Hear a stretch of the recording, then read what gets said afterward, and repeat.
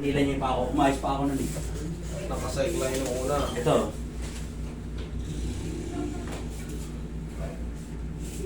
Ay, mahina yung signal.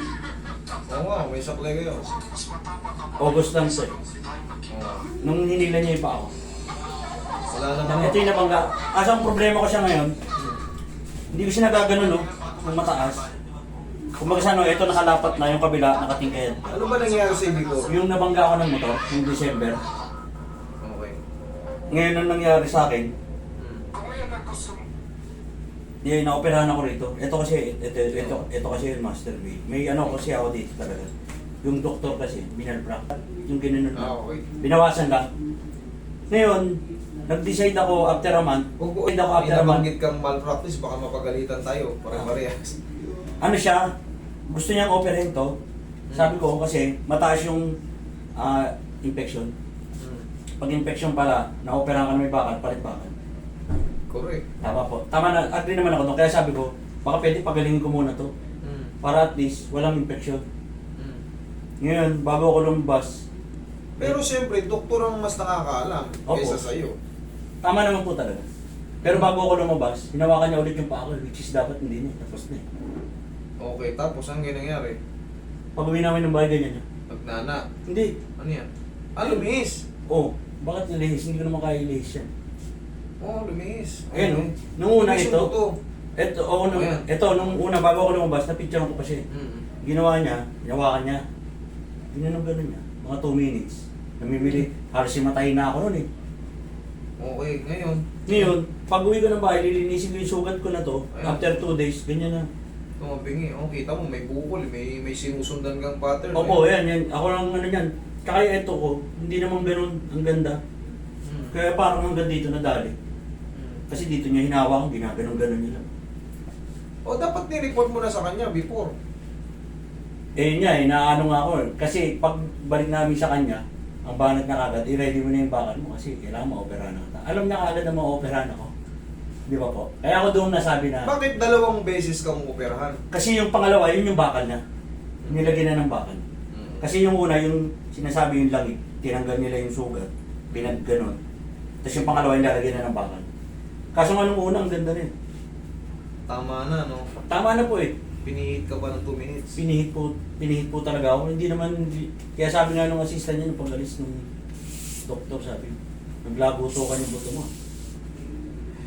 Alam mo bang buong-buo yan, walang joint yan? Ayan yan, no? Yun nga po eh. Buo yan, no? Opo, opo. Kunti kung dito naglagutukan, okay lang. Pero kung dito kasi yung, ayan, ang binabanggit niya, ito. Ito mismo. Yan mismo. Nag-letter B. Ito, ayan, Gumanon. nakaganito na. Hmm. Ano naman talaga, putol na talaga yan. Kumbaga, syempre, inayos nung doktor nung una, na may picture din siya eh. Pantay na. May guhit na nga eh. Kitang-kita yung ano. Bunga nung bago siya lumabas, pinihit pa raw. Gumalaw. Lumiko na naman.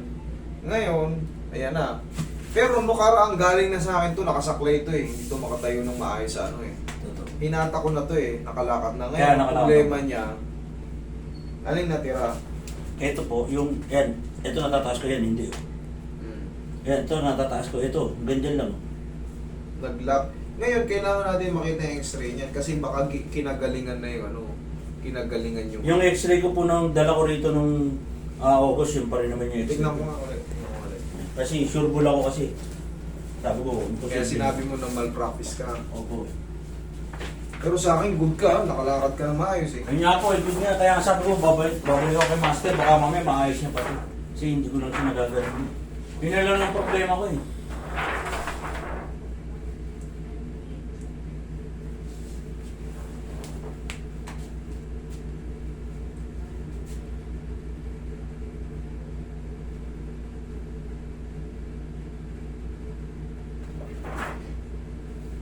May bakal.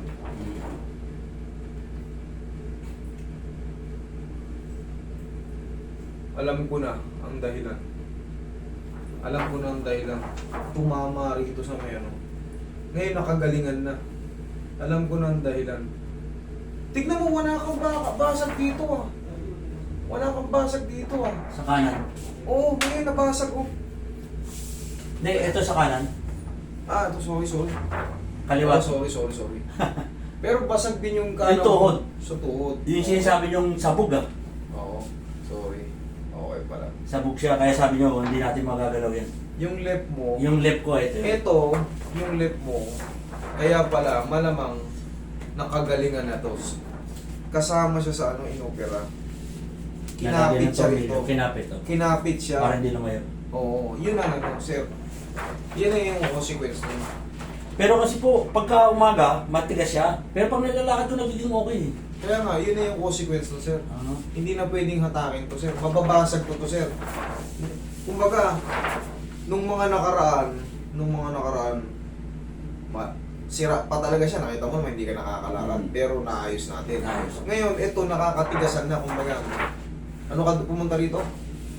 August 3. August, September, October, November. 3 months talaga ang duration, nababanggit ko yan. 3 months, 3 to 6 months ang healing process ng fracture. Ngayon, full healed na yan. Wala nang masakit dyan. Wala na talaga. Wala na yan. Wala na. Kaso, sir, hindi ko na pwedeng habulin to. Yan yung consequence yan. Oo. Kala ko kasi baka gaganon lang siya para Hindi. gumanon. Ayan o, ito. Yan. Tingnan mo dito, hindi abot. Ito. Ngayon, full healed na yan. Ngayon, magkakaroon ng limitation yan. Kasi kasabayan sa paglaro eh. Oo. Kasabayan sa paglaro. Nagaganon ko siya pero hanggang doon lang. Kasabayan sa paglaro. Ngayon, siyempre may tama, rito, hindi, may joint yan dito eh. Ngayon, hindi niya na maano, kasi tumigas na yun dito. Okay? Wala na yan, okay na yan. At least may movement. Oo nga po. Hindi siya, hindi lang masagad ng 100%. Pag galing lang ako sa higa, siyempre tulugan ng mga 6 hours. Pag gising mo matigas na naman siya, ganyan na naman ako maglakad. Pero pag mga after 5 minutes, okay na lang ako. Okay na yun, sir. Wala kang dapat ikapag-alala dyan. Kasi pasalamat ka na ibalik lahat ng ano mo eh. O nga po nung Ibalik hinihilan nyo, after mga 3 days, nakalakad na ako, hindi na ako Kaya nagsasakit. nga, buti nga, kahit pa paano. Ayun, pasalamat mo na yun. Ngayon, hindi na natin pwedeng ano yan. Once na mabasag ulit yun, mamamaga ulit yun. Okay? Okay na yan, sapat na yun. Baka mamaya, katulad yan, baka ma-double ano ka na naman. Baka mangyari, naayos na nito. Ngayon, dahil binigyan niya pa ng extra kitang-kita mo, luminis. Ikaw mismo. Kaya nga yan, Buti nga picture ako. in-adjust ko na yan. Nakalakad ka na, nakasaklay ko dati nung August. In-adjust ko, gumaling. Lipas ng 3 months, full healed na. Ngayon talagang lahat ng mga damage natin, katulad yan, basag talaga yung buto mo, dalawa, pati yung tibula, mali. basag. Natural yan, meron yang consequences talaga. 100% may magbabago dyan. Hindi mo na may babalik mo 100%. Okay. Okay? Yun lang. Huwag mo nang paka-stressin yung sarili mo. Ang mahalaga, Hindi, ang inaano ko ho kasi baka mamaya magawa pa para at least parang diretso na talaga. ang mahalaga nakalakad ka. Ano nangyari? Ang mahalaga wala nang masakit. Ang mahalaga pantay yung paa mo. Hindi umurong. Ang mahalaga hindi malit yung isang paa mo. Ayun nga po. Salamat Wala po. yung saklay mo. No problem. Di po, salamat po. Huwag ka nang magbayad.